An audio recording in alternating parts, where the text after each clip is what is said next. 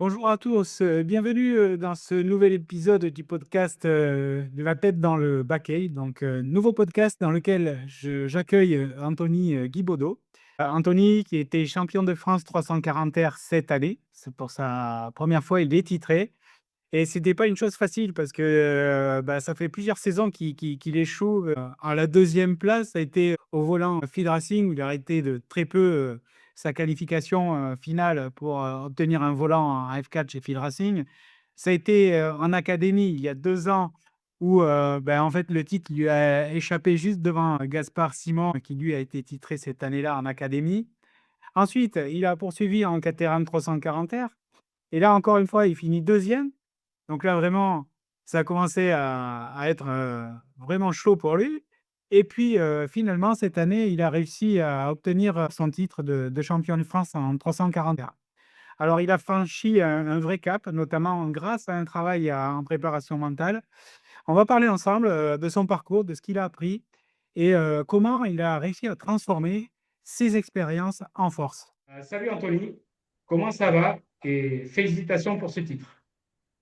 Écoute, salut Dominique, merci de m'accueillir déjà dans ton podcast. Ouais, ça va très bien et j'espère que de ton côté aussi. Déjà, je vois que tu as pensé à moi avec la petite photo à Manicourt ensemble lors de la dernière course. Et Ouais, effectivement, j'ai mis une petite photo et c'était un petit clin d'œil à ta dernière course à Manicourt, que d'ailleurs tu n'as pas fait en 340, puisque sans tout révéler, tu avais quand même déjà ton titre 340 et tu avais fait cette course dans la catégorie du dessus pour voir un petit peu comment ça se passait. tout à fait, tu as raison avec la 420R. Mais oui, pour revenir à ce que tu disais, c'est vrai que non, c'est une super saison et ça fait vraiment plaisir ouais, d'arriver à ce résultat-là. Après plusieurs saisons, je suis passé tout près. Bon, écoute, moi je pense que tu peux être fier de ce résultat-là cette année avec ce titre tant attendu. Je crois qu'en fait, tout le monde a envie de savoir quel est ton secret. Et puis, de nous dire comment tu as fait pour passer de l'échec à champion de France. Ah, c'est vrai. Écoute, déjà, c'est vrai que si je fais un petit mini-bilan, ouais, on a fait 12 départs, ça fait 12 podiums, 7 victoires, 4 secondes places, donc ça, c'est vraiment top. C'est aussi le résultat, il faut pas oublier, mais grâce aux mécaniciens, toutes les personnes qui travaillent derrière, mais ouais, ils m'ont fourni une auto exceptionnelle tout au long de l'année et ça compte aussi dans le résultat. Et pour répondre à ta question, je dirais qu'il n'y a pas de secret. C'est le travail qui paye et qui donne le résultat de toute cette saison. Mais on va en parler dans le podcast. Ouais, ouais, parce que là, tu es presque déjà en train de tout nous dire, Anthony. Alors, je pense qu'il y a beaucoup de gens qui te connaissent pas. Bon, alors, est-ce que tu peux te présenter juste rapidement, savoir qui tu es, d'où tu viens? Non, bah, comme tu disais, donc, je m'appelle Anthony Guibaudot, je viens de fêter tout juste là mes 25 ans et je viens donc de Cannes qui est dans le sud de la France. Ok, bon, alors, belle région, Cannes. C'est pas toi qui me diras le contraire. On a le soleil juste à côté là. Bon, super. Je pense que j'aimerais bien savoir comment est née en fait ta passion pour la course automobile. Ouais, c'est vrai que ma passion, alors je dirais qu'elle est née plutôt aux côtés de mes parents. Ma mère a toujours travaillé dans l'automobile, mon père faisait du rallye en amateur. Donc j'ai toujours été au bord des spéciales, des routes, euh, de tout ça en général, des voitures.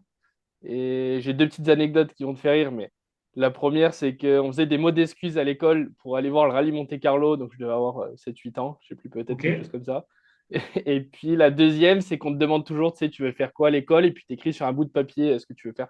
Et donc j'ai écrivé pilote de rallye. Bon, du coup, ça a fini dans le circuit, mais en tout cas, j'écrivais pilote de rallye. Et ma première passion, ça a été le VTT avant, que j'ai fait donc pendant 7-8 ans, jusqu'à l'âge de 15 ans, quelque chose comme ça. Et donc je pense que j'avais toujours ouais, en moi, la vitesse, l'adrénaline et ce qu'il y a dans ce sport-là. Alors, ça a été quoi en fait ta première expérience derrière un volant? Parce que tu avais cette expérience en fait de la vitesse déjà, que tu avais déjà découvert au travers des disciplines que tu pratiquées. Mais, euh, mais c'est quoi ta première expérience derrière un volant? Ma première expérience, c'est en karting de location. Donc, c'était pour les courses SWS, le championnat de karting que pas mal de monde connaît maintenant. Et j'avais donc 16 ans. J'ai fait ma première course et j'avais gagné dès la première. Donc, ça, ouais, ça m'avait vraiment marqué. Et puis, ça a fait un petit déclic ce jour-là. Ah ouais, ça doit être un super souvenir. Cette petite victoire, entre guillemets, c'est peut-être ça qui t'a donné l'envie de continuer. C'est vraiment un souvenir qui t'a marqué? Ouais, je pense que ça m'a donné l'envie pour la suite, c'est sûr. Mais avant ça, j'ai fait donc pendant 3 ans, en fait, ça a été la première expérience que j'ai eue. Mais pendant 3 ans, j'ai été copilote de mon père en rallye. Donc Ok, ça a vraiment commencé comme ça. Et je suis revenu au karting, donc 3 ans après, pour le championnat SWS, toujours pareil. Mais là, ok. je m'y suis consacré ouais, à 100% là-dedans. Et donc, au bout de 2 ans, je me qualifiais à la finale mondiale. C'était en Italie. Et ensuite, je vais m'y requalifier 2 fois, à Paris, puis en Belgique. Donc ça a commencé à vraiment forger mon expérience et, ouais, et la suite de l'histoire. Donc, quelque part, on va dire que ton apprentissage s'est fait derrière le volant, derrière un kart, au début dans des cartes de location, en fait. Ouais. Et après, ben, comment t'es passé, en fait, de ce volant de karting à ce volant de voiture?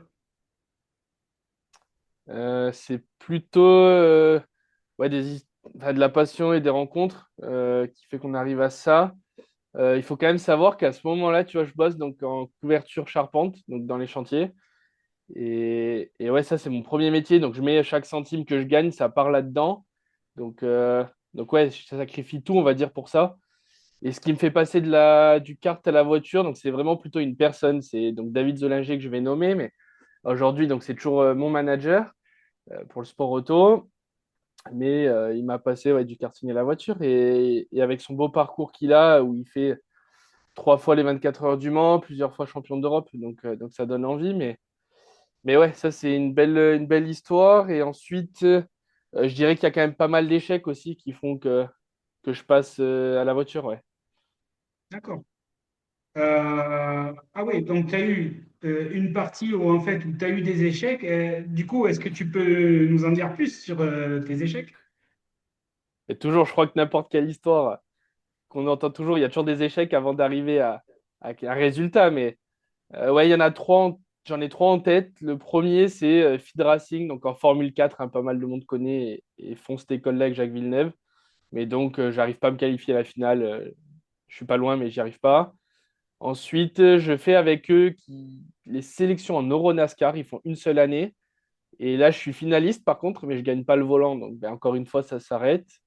Et je dirais mon troisième échec, c'est en 2022. Donc là, par contre, je quitte mon boulot. Je me consacre à chercher des sponsors tous les jours. Et je m'inscris à un championnat de karting.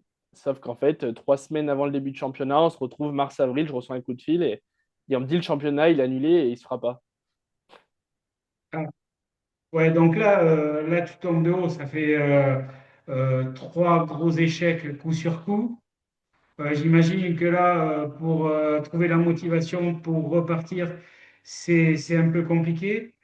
Ça a été quoi les défis là, qui ont fait que à ce moment-là, tu as pu repartir ou tu as eu envie de repartir?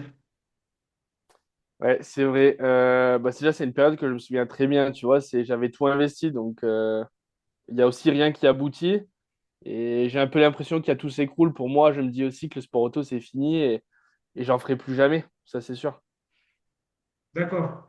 Donc après tout ça, comment tu fais pour revenir en fait dans le sport auto? Parce que Je... on sait tous que le sport auto, c'est vraiment un gros défi, quoi. C'est un défi logistique, c'est un défi financier. Voilà, alors concrètement, comment tu as pu te lancer ou te relancer en fait, dans l'aventure? Est-ce que c'était un projet que tu as géré seul ou avec une équipe autour de toi? Enfin, voilà, on a envie de savoir un petit peu plus de détails autour de tout ça. Ah, t'as raison. Bah, je dirais plutôt relancer, effectivement. Mais bah, c'est à ce moment-là, en fait, donc je t'ai dit tout à l'heure David Zolager. Mais en fait, à ce moment, ça faisait déjà 2 ans qu'on se connaissait, sauf que pour la petite histoire, je l'écoutais pas sur tous les conseils qu'il me donnait.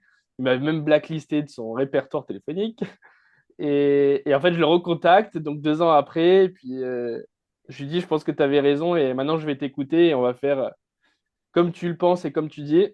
Et ça, c'est ce qui me permet de revenir, donc, ce qui me permet de venir aussi à la voiture, vraiment complètement. Et là, on discute ensemble, et donc on est 2022, et on prépare donc de lancer le championnat de France Caterham Academy pour la saison 2023. Et donc là, je mets à chercher des sponsors tous les jours. Je me concentre là-dessus. Et là, il y a plusieurs personnes, donc je remercie aussi toutes les personnes effectivement qui ont cru en moi à ce moment-là et beaucoup se reconnaîtront. Mais ouais, ça, c'est le moment où l'histoire redémarre et qu'on arrive à vraiment lancer le sport auto. Ouais. D'accord, ok. Donc, tu vas nous dire dans quelle direction tu as pris là à ce moment. Puis après, aujourd'hui, avec un peu de recul, tu dirais que c'est quoi qui t'a le plus aidé à tenir sur la durée, tu vois, pour relever tous ces défis là finalement.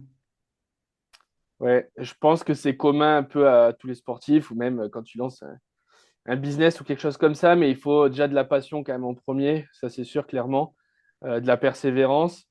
Et même dans les moments de doute, j'ai toujours gardé pour moi cette envie d'y arriver. Et en fait, il n'y avait pas d'autre option. C'est-à-dire qu'à ce moment-là, pour moi, c'est on va y arriver. Ouais, il n'y a pas d'autre choix en fait, c'est tout. Comme on dit beaucoup en termes de préparation mentale, c'est focus sur ton objectif, cette envie de réussir. Donc en fait, tu fais l'académie là il y a 2 ans. Et là, tu vas finir vice-champion de France, derrière une tête qu'on commence à connaître un peu, là, qui s'appelle Gaspard Simon. Ça a été chaud, je me rappelle, cette année en académie. Et après, tu es passé en 340 R, donc la catégorie qui suit en fait l'académie, où c'est juste une petite transformation de la voiture, mais qui fait quand même, améliore quand même grandement les performances de la voiture. Et là, tu es encore vice-champion. En fait, ce que je me dis, c'est que tu as toujours été aux portes du succès, en karting, en field racing, et puis après 2 saisons en Caterham, en académie, en 340 heures. Comment tu as vécu ces moments-là où tu étais si proche du but sans pouvoir le concrétiser, sans pouvoir l'atteindre? Mais ce que tu viens de dire, déjà, tu as très bien résumé. C'est exactement comme ça que ça se passe. Donc, j'ai quand même beaucoup appris ces années-là. Mais en fait, c'est frustrant à ce moment-là. C'est-à-dire que quand tu roules, quand tu es pilote, quand tu fais un sport, si tu as l'envie de bien faire, tu veux gagner, tu veux être champion, enfin, tu n'as que ça en tête, en fait. Et là, je me dis, bah, ça fait qu'à plusieurs fois, ouais, je finis deuxième, quoi. Donc souvent, tu penses en premier, c'est la chance, c'est un détail technique qui manque, c'est la voiture qui va pas. Ça, c'est un peu comment toujours on réfléchit. Mais en fait, pas du tout. C'est à ce moment-là où je me rends compte aussi, bah, que peut-être la préparation mentale, donc je connais pas trop à ce moment-là, mais il y a peut-être c'est mon mental qui joue, tu vois, ça c'est possible, peut-être pas toujours lucide dans chaque moment. Donc ouais, je pense, ça y joue à ce moment, ce que je Donc me dis. là, ça, c'est intéressant ce que tu dis. Donc, tu penses qu'au final, ces échecs sont dus peut-être des forces, ces défis que tu as dû surmonter, t'y arriver ou comment t'y arriver, c'était quoi? Plus une question de gestion mentale qui t'a permis d'y arriver ou c'est une question de performance pure?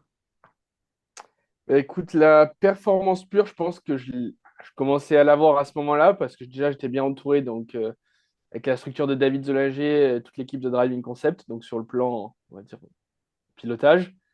Et, et voilà, ce qui me manquait, je pense, c'était un encadrement sur la préparation mentale. Donc, bon, c'est justement tout ce qu'on a travaillé ensemble cette année. Ouais.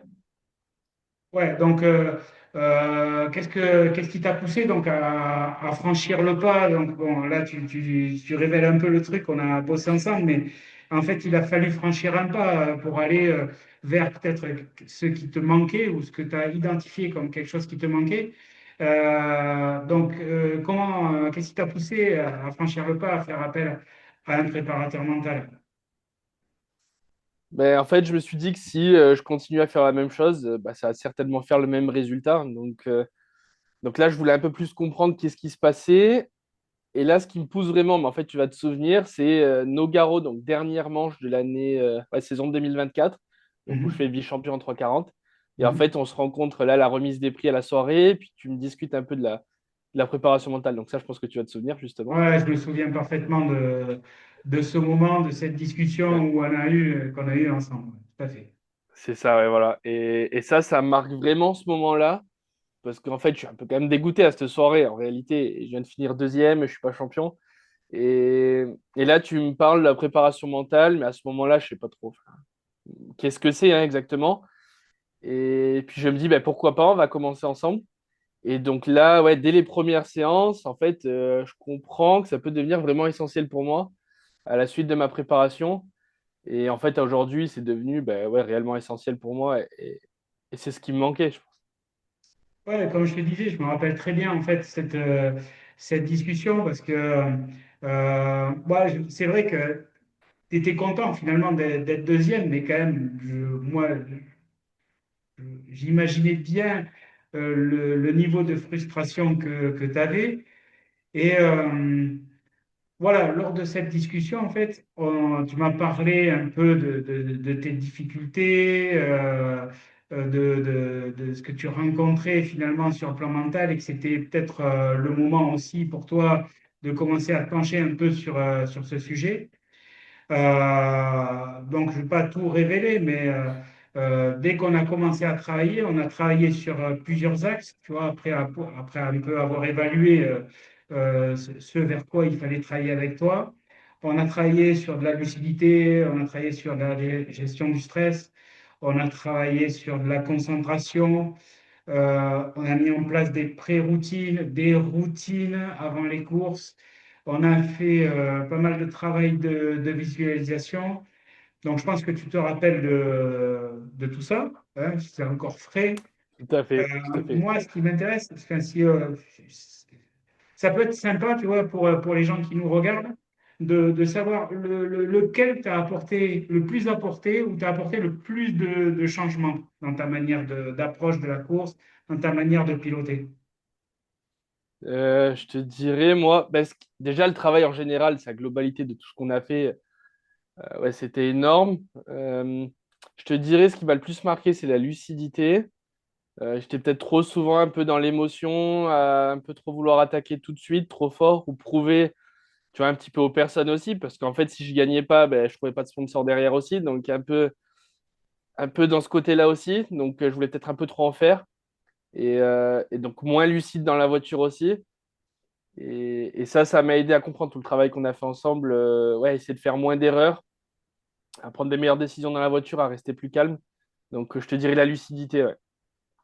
Ouais, en effet, je pense que c'est vraiment quelque chose sur lequel tu as beaucoup, beaucoup progressé. Et en fait, la lucidité t'a permis de mieux gérer ton stress. Et Dieu sait si ce stress, alors bon, ça reste un peu entre nous, mais quand même, tu viens de le dire, tu n'avais pas d'argent hein, finalement pour faire de la course de voiture. Il fallait quand même pouvoir séduire les gens qui te regardent, les sponsors. Et tout ça, en fait, ça fait des stress qui t'arrivent de l'extérieur.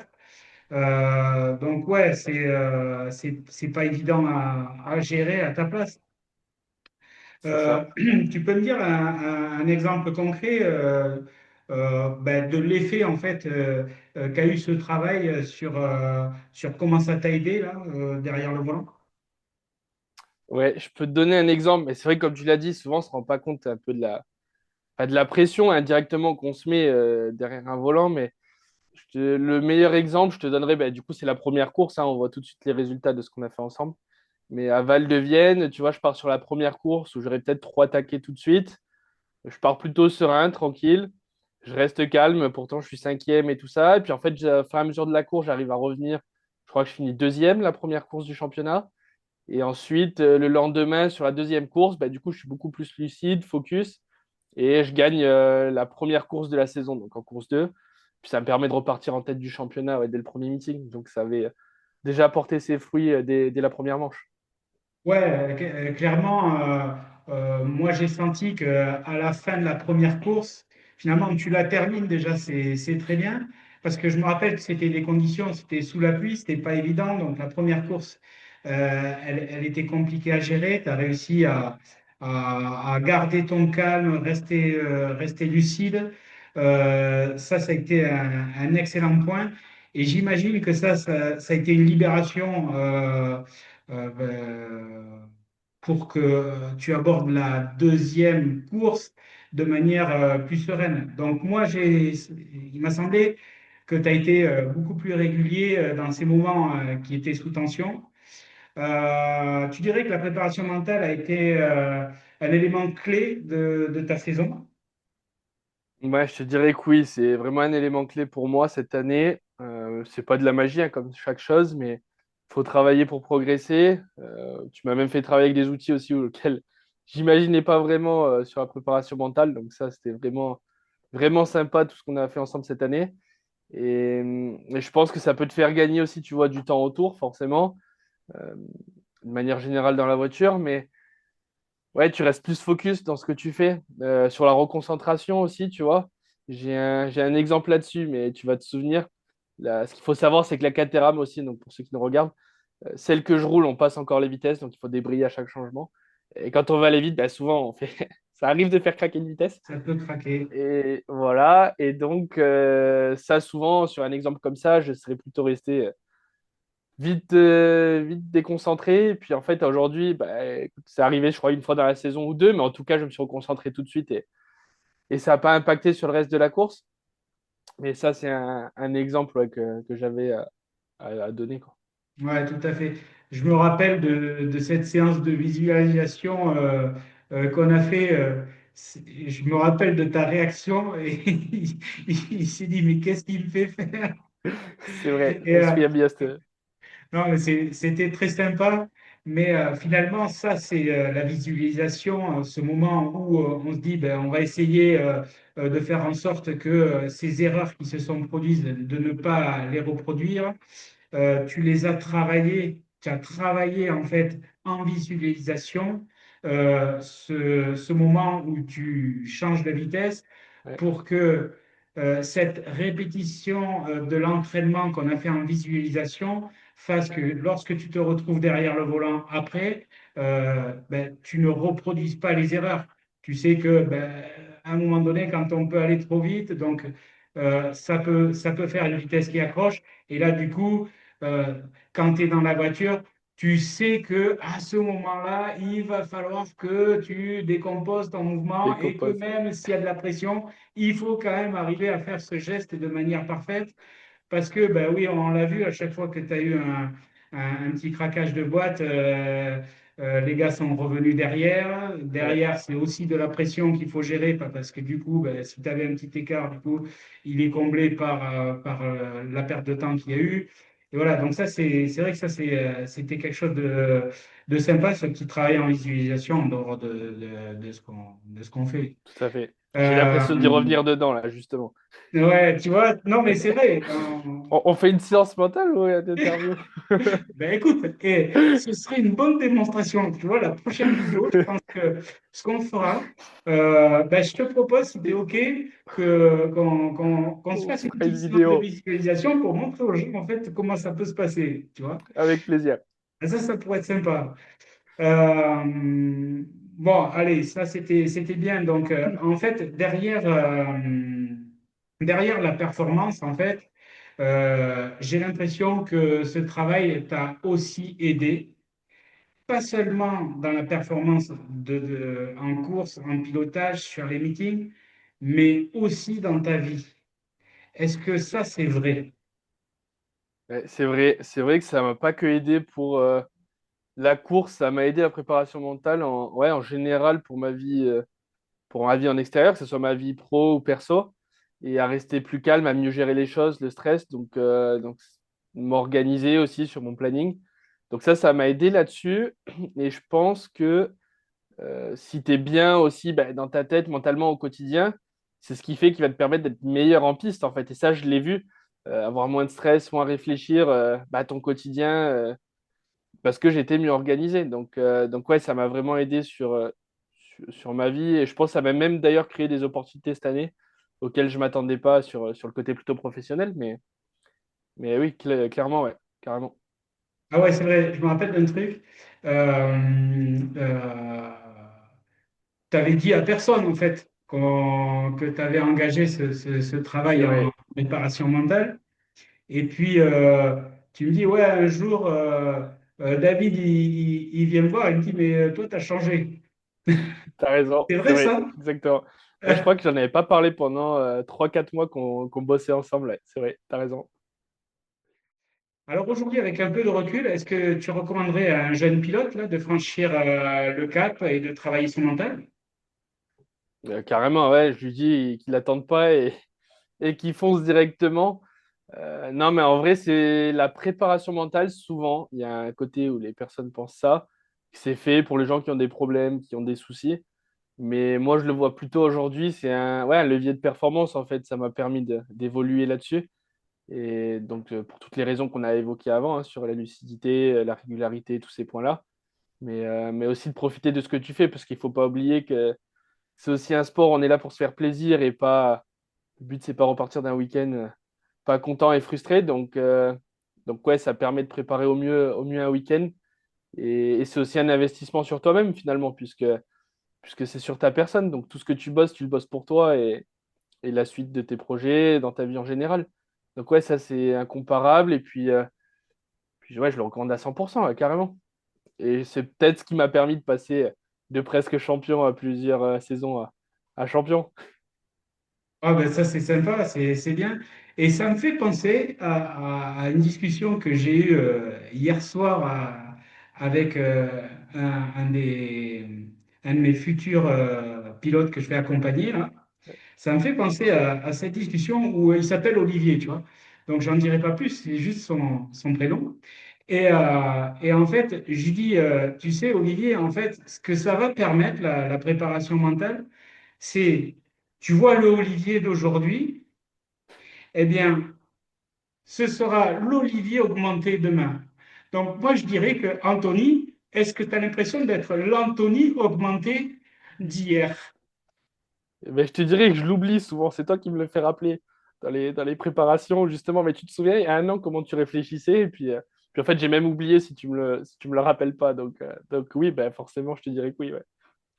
Bon, ok. En tout cas, merci pour cette recommandation pour les jeunes, parce que c'est vrai que ça peut les faire évoluer, hein. Franchement, c'est vraiment une évolution tant sur le plan technique de pilotage dans la compétition et sur le plan mental. L'apport que ça peut donner dans ta vie, dans tes études, c'est aussi très bien de d'être capable de bien gérer son stress, de gérer ses émotions et puis de planifier les choses, enfin tout ce qu'on a pu faire ensemble et qui paye, un travail qui paye.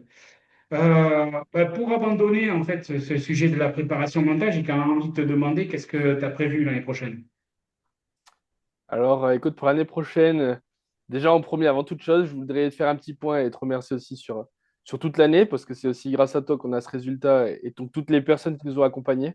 Déjà, tous mes sponsors, mes partenaires, toutes les personnes autour, toute mon équipe. Donc ça, c'est vraiment déjà la première chose. Et ensuite, pour l'année prochaine, écoute, bon, toi, t'en sais un petit peu plus en coulisses, mais pour l'instant, il n'y a rien qui est fait et on est en train de travailler sur quelque chose, mais je m'y attendais pas vraiment. Le seul point que je peux te dire, ça serait plutôt sur de l'endurance qu'on partirait. Donc, euh, donc on le dira bientôt, mais on est en train de bosser sur le sujet, ouais. Voilà, ok, Mais ouais, normalement, je devrais être dans une voiture. Ça devrait le faire. bon, alors déjà, ça, c'est une bonne nouvelle, que tu sois dans une voiture. Et moi, ce qui me fait très plaisir, c'est que tu te diriges aussi vers tes objectifs, ceux en tout cas dont tu m'avais parlé au début, qui étaient d'aller rouler en endurance. Donc, sans révéler ce que tu vas faire l'année prochaine, et que de savoir que déjà tu te diriges vers cet objectif que tu souhaitais, ça fait déjà quand même très plaisir. Donc, ben, je te le répète encore une fois, félicitations pour cette saison. Et allez, dernière question, là, je ne voudrais pas abuser, mais comment ça s'est passé pour toi cette interview? Ben, moi, je pense que c'était plutôt sympa. Déjà, c'était vraiment cool de partager ça avec toi. Ça change de d'habitude faire la préparation mentale. Et j'espère que ça pourra contribuer, comme tu le disais tout à l'heure, mais aux jeunes qui peuvent écouter ça, ou moins jeunes d'ailleurs, hein, n'importe quel pilote, Parfait. n'importe quelle personne, hein. Effectivement, la préparation mentale, c'est pas que pour un pilote aussi, mais ouais, que ça pourra contribuer et donner des idées. Alors, merci Anthony. Merci pour ce partage hyper intéressant. Félicitations encore pour ce titre et merci d'avoir accepté de parler de l'envers du décor et du travail mental qui a fait toute la différence pour toi cette année. J'en profite pour remercier tous les auditeurs et auditrices d'avoir pris le temps d'écouter jusqu'au bout cette interview. Et pour toi, pilote ou jeune pilote, si tu veux découvrir comment fonctionne ton mental, tu peux aller dans le lien ci-dessous qui se trouve en bio, réponds à ce questionnaire et profite en plus du cadeau que je t'offre à la fin. Alors, salut à tous et à bientôt. Salut à tous.